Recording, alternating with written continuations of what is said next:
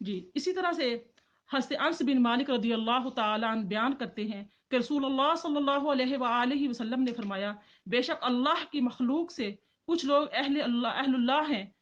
सहाबा ने कहा, या रसूलुल्लाह सल्लल्लाहु अलैहि वसल्लम, वो कौन है? आप सल्लल्लाहु अलैहि वसल्लम ने फरमाया, अहले कुरान। वो अल्लाह, यानी कि जो अहले कुरान है वही अहलुल्लाह हैं, अल्लाह वाले हैं, वो अल्लाह के ख़ास बंदे हैं। अल्लाह ताला हमें अपने मुखलसीन में शामिल कर ले, हमें इखलास अता फरमा दे। अल्लाह पाक हमें ऐसे लोगों में शामिल कर दे कि हम अल्लाह के ख़ास बंदों में शामिल हो जाएं। हम इस कुरान को सिर्फ ऐसे एज ए सब्जेक्ट ना लें, हम लें कि हमारी दीन भी यही है, हमारी दुनिया भी यही है, हमारा ईमान भी यही है, सब कुछ यही है। जिसने इसको सीखा, जिसने इसको पाया, वही कामयाब हो गया। हज़रत अबू अमामा रज़ी अल्लाह तआला अन्हु बयान करते हैं कि रसूलुल्लाह सल्लल्लाहु अलैहि वसल्लम ने फरमाया, हमें कुरान मजीद पढ़ाने का हुक्म दिया गया है, और क़यामत के दिन जब कुरान पढ़ने वाले के घर वालों को बहुत सख्त हाजत होगी, तो कुरान उनके पास आएगा और मुसलमानों से कहेगा, मुझे पहचानते हो? वो शख्स कहेगा कि तुम कौन हो? वो कहेगा, मैं वो हूँ जिससे तुम मोहब्बत करते थे और इससे जुदाई को नापसंद करते थे, जो तुमको खींचता था और तुमको करीब करता था। वो शख्स कहेगा, शायद तुम कुरान हो। फिर कुरान उसको इसके रब के पास ले जाएगा। उसके दाईं तरफ रिश्ता होगा और बाईं तरफ जन्नत होगी, और इसके सर के ऊपर सकीना कोर रखा जाएगा, और इसके माँ बाप को तमाम दुनिया से कीमती हुल्ले दिए जाएंगे। वो कहेंगे कि हमारे अमाल तो इस इनाम के लायक नहीं थे, ये किस चीज का सिला है? कुरान कहेगा, ये तुम्हारे बेटे के कुरान पढ़ने की वजह से, यानी कि ये सारा कुछ तुम्हें मिला है।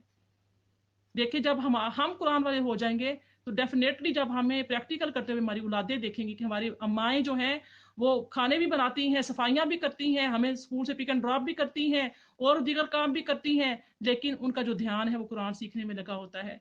वो कुरान पाक सीख रही होती हैं, वो कुरान पाक सिखा रही होती हैं, वो कुरान से मोहब्बत करती हैं, वो अल्लाह वाली हैं। हमारे बच्चे कल को हमारे मरने के बाद हमारी गवाहियाँ भी देंगे, लोग भी गवाहियाँ देंगे, और सबसे बड़ी बात कि ये कुरान ये भी गवाही देगा। ये भी उस वक्त जब अफरा तफरी का आलम होगा, कोई किसी को नहीं पहचान रहा होगा, उस वक्त ये कुरान आएगा, हमारे ऊपर साया करेगा, हमारी सिफारिश करेगा, आप रब के सामने ये गुजारिश करेगा कि रब्बल आलमीन, ये बंदा तो मुझसे मोहब्बत करता था, आज मेरी भी ये मोहब्बत है कि तू इसको बख्श दे। इस तरह से मुआज बिन अनस रजी अल्लाह तआला अन्हु बयान कि रसूलुल्लाह सल्लल्लाहु अलैहि वसल्लम ने फरमाया, जिस शख्स ने सुभान अल्लाह अजीम कहा, इसके लिए जन्नत में एक पौधा उगाया जाता है, और जिसने पूरा कुरान पढ़ा और इस पर अमल किया, इसके वालिदैन को एक ताज पहनाया जाएगा जो सूरज की रोशनी से ज्यादा हसीन होगा। इस तरह से एक दो और हदीसें बयान करके मैं अपनी क्लास को खत्म करूंगी। हज़रत जाबिर रज़ी अल्लाह तआला अन्हु बयान करते हैं कि रसूलुल्लाह सल्लल्लाहु अलैहि वसल्लम ने फरमाया, कुरान पढ़ने वाला जब कुरान के हलाल को हलाल करार दे, असल में ये पढ़ना है। ये जो हदीस मुबारक मैं बयान कर रही हूँ, इस हदीस मुबारक को अच्छी तरह से समझना होगा।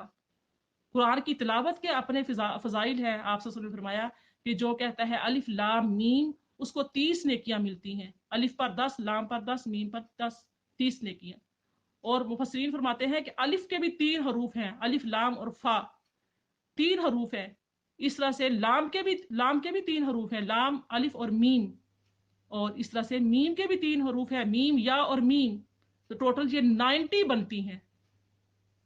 और अल्लाह ताला की रहमत से कोई उम्मीद नहीं कि वो 90 को 90 से 90 100 बना दे, 1000 बना दे, 1000 में ले जाए, लैक्स में ले जाए।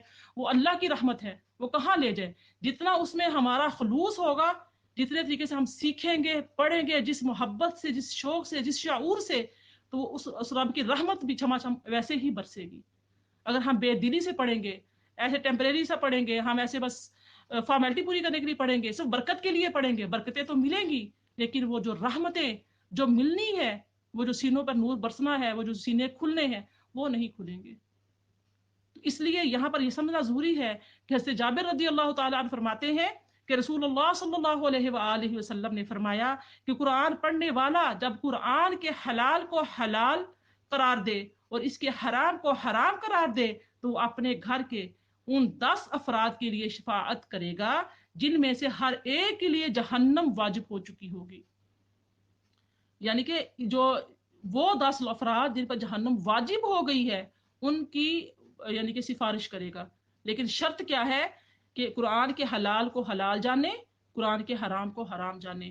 جس چیز سے اللہ رب العزت نے منع فرمایا ہے اس سے رکا رہے، جس کے کرنے کا حکم دے دیا ہے پھر بلا چوں چرا کیے اس کو کر گزرے. یہ حدیث مبارکہ جو ہے یہ امام طبرانی نے روایت کی ہے. اس طرح سے حضرت عبداللہ بن مسعود رضی اللہ تعالیٰ عنہ فرماتے ہیں کہ جو شخص یہ پسند کرتا ہو کہ اس سے اللہ اور اس کا رسول محبت کرے وہ غور کرے. اگر وہ قرآن سے کرتا ہو کہ اس سے اللہ اور اس کا رسول محبت کرے وہ غور کرے. اگر وہ قرآن سے محبت کرتا ہے تو وہ اللہ اور اس کے رسول سے محبت کرتا ہے. اس حدیث مبارکہ کو بھی طبرانی نے روایت کیا ہے. یعنی کہ جو بندہ اب وہ اگر یعنی کہ ایک پیمانہ مقرر کر دیا ہے کہ اگر آپ یہ جج کرنا چاہتے ہیں کہ اللہ رسول جو ہے مجھ سے محبت کرتے ہیں کہ نہیں کرتے تو وہ یہ دیکھے کہ میری محبت قرآن سے کتنی ہے. اکثر ایسا ہوتا ہے نا، ہم پوچھتے ہیں تم مجھ سے کتنی محبت کرتے ہیں، بچوں سے پوچھ لیتے ہیں یا شوہر سے پوچھ لیتے ہیں تو پلٹ کے جواب کیا آتا ہے، آپ اپنے آپ سے پوچھ لو، جتنی آپ کو ہے اتنی مجھے ہے. اور یہاں پر بھی یہ معیار مقرر کر دیا گیا ہے کہ اگر ہم یہ دیکھنا چاہتے ہیں کہ اللہ اور اس کے رسول صلی اللہ علیہ وسلم کو ہم سے کتنی محبت ہے تو ہم یہ دیکھ لیں کہ ہمیں قرآن سے کتنی محبت ہے. ہم قرآن کی تلاوت کس طریقے سے کرتے ہیں، ہم قرآن میں کتنا ٹائم لگاتے ہیں، قرآن کے اوپر کتنا غور و فکر کرتے ہیں. تو جو معاملہ ہمارا قرآن کے ساتھ ہوگا وہی معاملہ ہمارے نبی کریم صلی اللہ علیہ وآلہ وسلم اور اللہ رب العزت کے ساتھ ہوگا. آخری حدیث مبارکہ بیان کروں گی. حضرت عبداللہ بن مسعود رضی اللہ تعالی عنہ بیان فرماتے ہیں کہ جو شخص علم کا ارادہ کرے وہ قرآن میں غور کرے کیونکہ اس میں اولین اور آخرین کا علم ہے. یعنی کہ جو چاہتا ہے کہ وہ علم سیکھے تو وہ سب سے پہلے کیا کرے، قرآن کا علم سیکھے. جس نے قرآن کا علم نہیں سیکھا، دنیا بھر کا علم حاصل کر لیا، وہ علم دنیا میں اس کو فائدہ دے گا لیکن آخرت میں اس کا کوئی حصہ نہیں ہوگا. مرتے ہی قبر میں اترتے ہی یہ چیز واضح ہو جائے گی کہ پوری زندگی میں نے جس چیز میں لگا دی کیا آج وہ میرے ساتھ ہے.